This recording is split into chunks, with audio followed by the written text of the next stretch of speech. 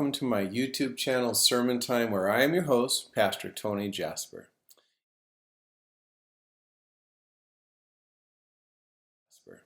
It's getting close to Halloween. People race against their neighbors to get their decorations up in their yards of ghosts and ghouls and skeletons and spiders and headless horsemen and Dr. Jekylls and Mr. Hydes. Anything that causes that unsettling chill to rise up your spine and make goosebumps crop up all over your skin. People will visit supposed haunted houses and dress in costumes and show up at parties dressed as somebody else. You have vampires and mummies, werewolves and zombies, and scarecrows. But kids, do you know what the scariest thing is about Halloween? The dental bill. Ask any dentist, when is the busiest time to treat patients with cavities? And they will tell you, there's no time like Halloween. All the candy kids get on October 31st brings lots and lots of customers in for the rest of the year.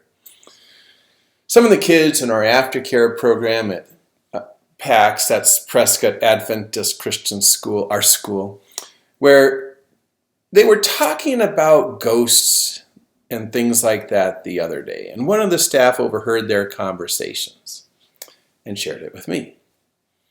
"They're not real," announced one super smart kid full of confidence in his position. "Well, my dad said they are," declared another who was determined not to be outdone. A third student entered the fray. "Well, I heard a sermon where the pastor said ghosts are evil spirits." It's kind of nice to know that kids are listening, huh? A fourth child took the conversation from there. "Mrs. Jasper, what do you think? Are ghosts real?" And my wife was there as the aftercare provider to field the question. I found this after-school conversation enlightening. Kids go through their rounds of what one thinks or another, each one trying to outsmart the others with a better answer. They cite higher and higher authorities, and the kids citing the pastors thinking, "I've got this argument in the bag. I'm going to quote the pastor." But oh no, one kid thinks, "I can top the pastor. We're going to ask the real expert. Mrs. Jasper, are ghosts real?" No one tops Mrs. Jasper, right? So what do you think? Did Jesus ever talk about ghosts? And if so, what did he have to say? Was there anything in my trip to Israel this last spring where I went from place to place where Jesus went, where it would help me understand this story just a little bit better? To get to that, we're going to take another parable of Jesus, the parable of the swept house. I found this story fascinating. Jesus takes up maybe the most unsettling subject to the human mind and couches it in a story. And not just any story, but a story about housekeeping. Yep, doing chores at home. Here's the story in Matthew 12, verses 43 to 45. When an unclean spirit goes out of a man, he goes through dry places, seeking rest and finds none. Then he says, "I will return to my house from which I came." And when he comes, he finds it empty, swept, put in order. Then he goes and takes with him 7 other spirits more wicked than himself, and they enter and dwell there. And the last state of the man is worse than the first. So shall it also be with this wicked generation. So let's talk about this parable, shall we? This is probably Jesus' most unusual parable in the whole Bible. He's talking about an evil spirit being driven out of a house, out of a man, and how it goes about seeking somewhere else to go, but he can't find anything, and he thinks to himself, "I'll go back to the home I got booted from and see if I can find a way back in." And he does. But this time, instead of occupying the home alone, he gets 7 other spirits that were even worse than him, and all together they occupied the house.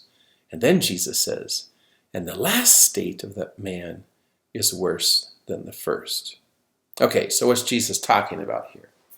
The house is the man's heart, right?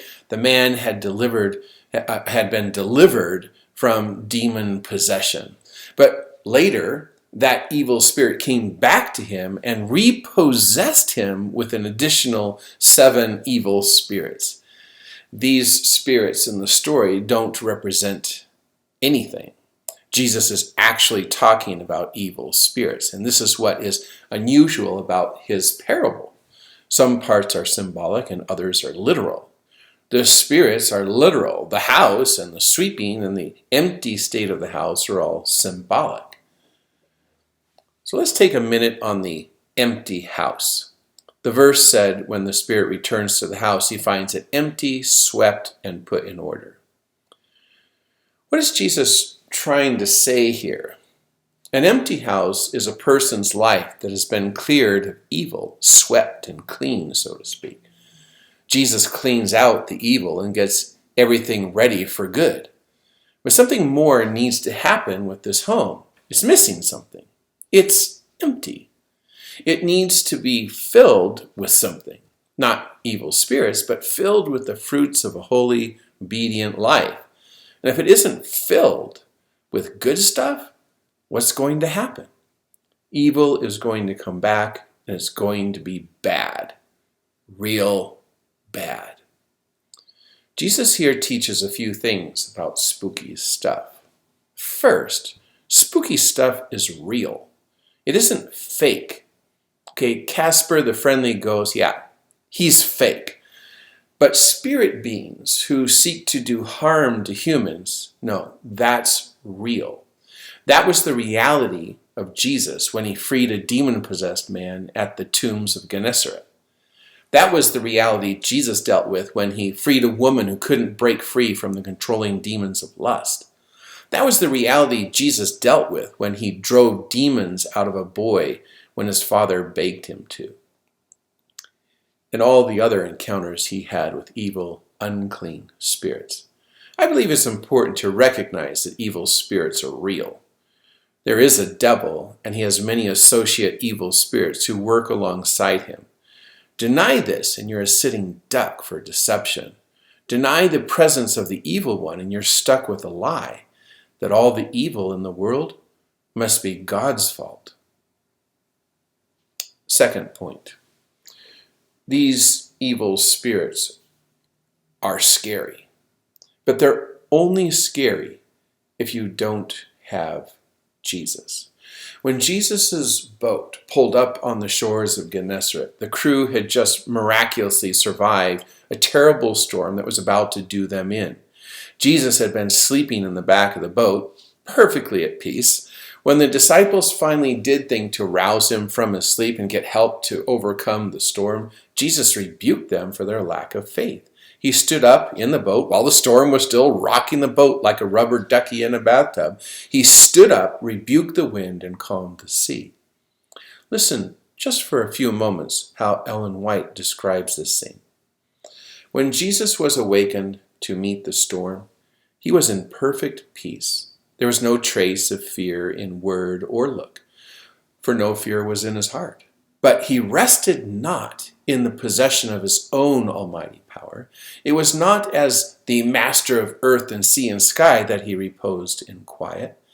That power he had laid down, and he says, I can of myself do nothing. John 5:30. He trusted in his Father's might. It was in faith in God's love and care, that Jesus rested. And the power of that word which stilled the storm was the power of God. So when the disciples reached the shore, they were hoping for a little break. But what they saw next frightened them to the core of their being. I have a picture of this very area where the disciples and Jesus stumbled onto the shore after their harrowing experience with the storm on the Sea of Galilee. Here and there you can see a little town across the sea, but not much. It was the same back in Jesus' day. This area was called Decapolis, the 10 cities, more like 10 small hovels. And they are scattered throughout the mountainous area in the distance, mostly undeveloped and uninhabited. Into this darkened, desolate area, the disciples and Jesus stepped out of the boat only to be met by two men, according to Matthew, two demon-possessed men.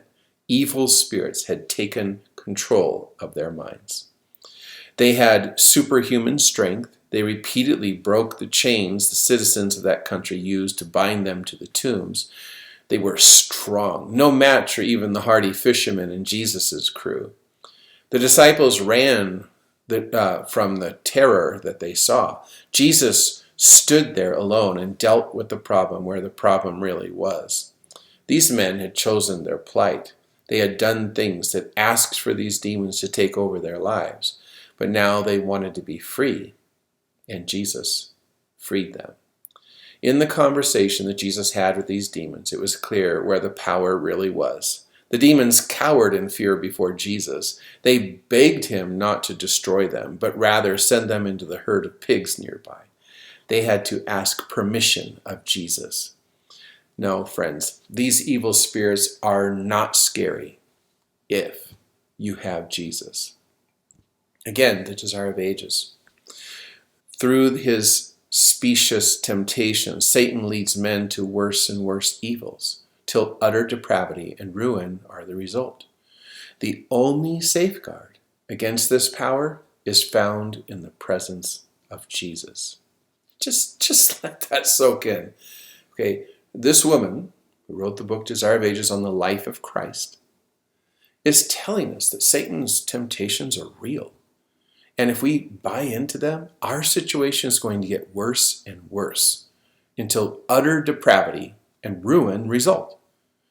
And then she says, our only safeguard against this power of evil is found in the presence of Jesus.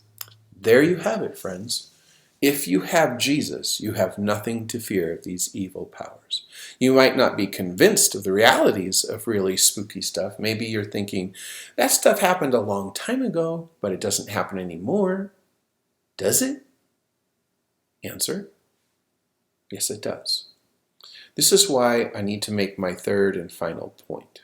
Point 1, evil spirits are real. Point 2, you don't need to be afraid of evil spirits if you have Jesus. And point 3, the instruction Jesus gave back then is valid still today. Even though centuries of time have passed, nothing has changed when it comes to this subject. The devil is still the devil, and Jesus is still Jesus. I will share 2 stories briefly. One story that happened in my work as a missionary, and one in my work as a pastor. Now, my purpose in sharing these stories is not to frighten anybody, but to get the point across that these things are real and you shouldn't play around with them. My first story is about the spooky stuff I encountered as a missionary on Palau in Micronesia. I was a teacher in the academy there, Palau Mission Academy. I taught Bible and English classes, but they had a huge problem among the student body. Some of our students had not accepted Jesus as their Savior, and they wanted to experiment with contacting evil spirits. They succeeded. And when they did, these students had become consumed with doing evil. They toyed around with conjuring spirits, and these evil spirits began taking over their lives and terrorizing our campus. In my Bible class the next day after one of those incidences that occurred, I told the frightened students there is nothing to fear of these evil spirits. If they accept Jesus into their hearts. There's more power in the little finger of God than there is in all the evil spirits in the world. The very next week, as a result of godly counsel and the prayers of our staff and a powerful speaker for our week of prayer, a third of our student body at Palau Mission Academy gave their hearts to Jesus, and we baptized them for Jesus. The devil's power of fear over these kids had been broken. While I celebrated the 15 who had been baptized, we warned the remaining students to steer clear of demons. Friends, evil spirits are real, and while they are stronger than us, they are no match for Jesus. The second story I will tell is of Al and his problem with bouncing bowling balls. Al and Becky got settled into bed one night and just began to drift off to sleep when bam! Bam! Bam! Bam! It sounded like a bowling ball had fallen from the sky right above their bed on the roof of their house. And when they looked out their window, there was nothing there to account for the noise. They thought that was odd, a little scary, but they tried to settle into bed again. But another bowling ball hit their roof, and this went on for some time. Then the sound changed. This time there was movement in the basement, and the sounds of rustling chains were heard. Of course, they were freaked out by all this, and the next day, Saturday, they didn't come to church. They were scared to be in their house, and they were scared to go out of their house. But the fright only increased throughout the blessed hours of the Sabbath. So after sunset, they made their way to the church. We were preparing for a volleyball night. Al and Becky walked in, and they didn't look so good. I told them so. "You look like you've seen a ghost. Are you okay?" They said, "Funny you should say that." And their story came out. I told them we will gather around them and pray for them. So before we started playing volleyball, we prayed for deliverance for Al and Becky and everything in their home. Afterwards, I told them, that should take care of that. Your home and hearts belong to Jesus again.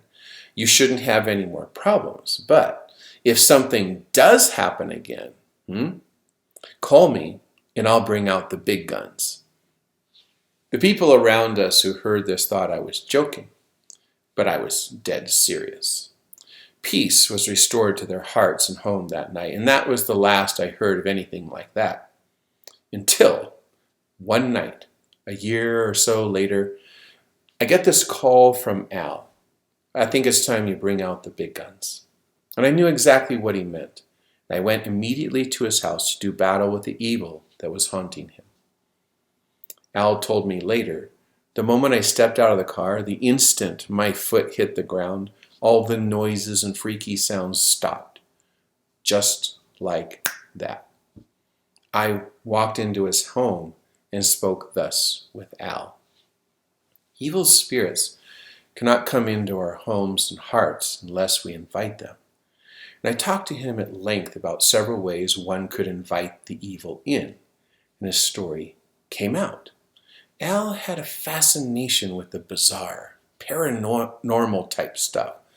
While he drove his truck across the country, he would listen nonstop to radio programs that talked about haunted buildings and contacting the dead and other supernatural phenomena that couldn't be explained away. And I told him, you have to stop listening to and watching anything like that. Never again. And he made a decision that night. Never again. He was done with all that. We prayed together, and peace was again restored to Al when he gave his heart and home back to Jesus. Only Jesus. Isn't that cool how Jesus picks up right where he left off if we just give him the chance? Al was never going back on that promise. I connected with Al on Facebook a couple years ago. And you know what he does now? He's still a trucker. He still travels cross country for his job. But in his free time, he and a friend, they get together with each other and visit people who have contacted them with the same problem that he had. And they help him drive out evil spirits. He no longer messes with the fake spooky stuff on TV and the radio, but he has partnered with Jesus to make sure people don't have to deal with the real spooky stuff in their lives and homes ever again, as long as they have Jesus. Now let's return to Jesus' parable of the swept house. Jesus said the problem was that the house was empty. It was cleaned and swept and empty. And when the demon found the house was empty, he found others worse than himself to fill it.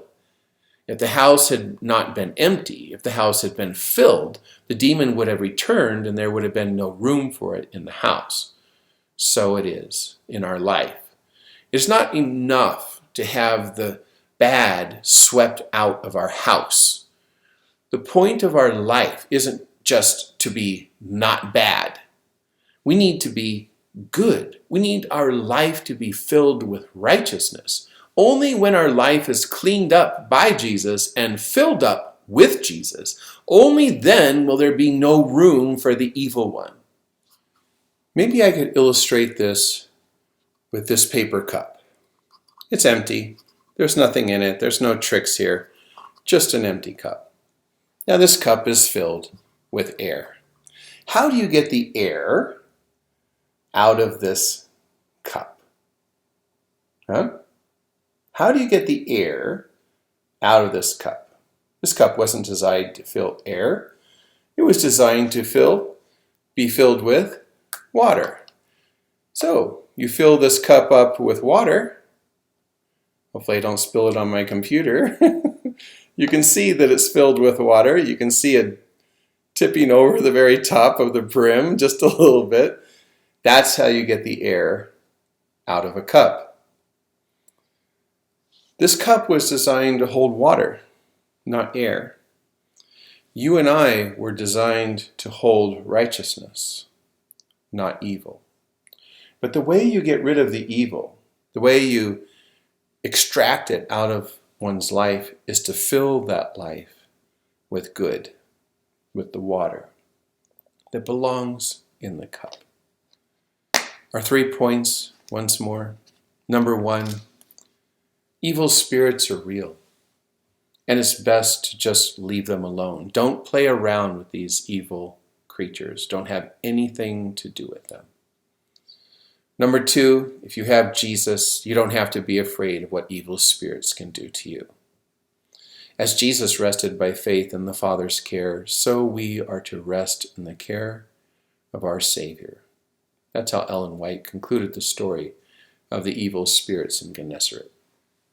God has more power in his little finger than the devil and all of his buddies have put together. Number 3, the instruction Jesus gave is valid still today. Let Jesus clean your life and fill your life. Only Jesus.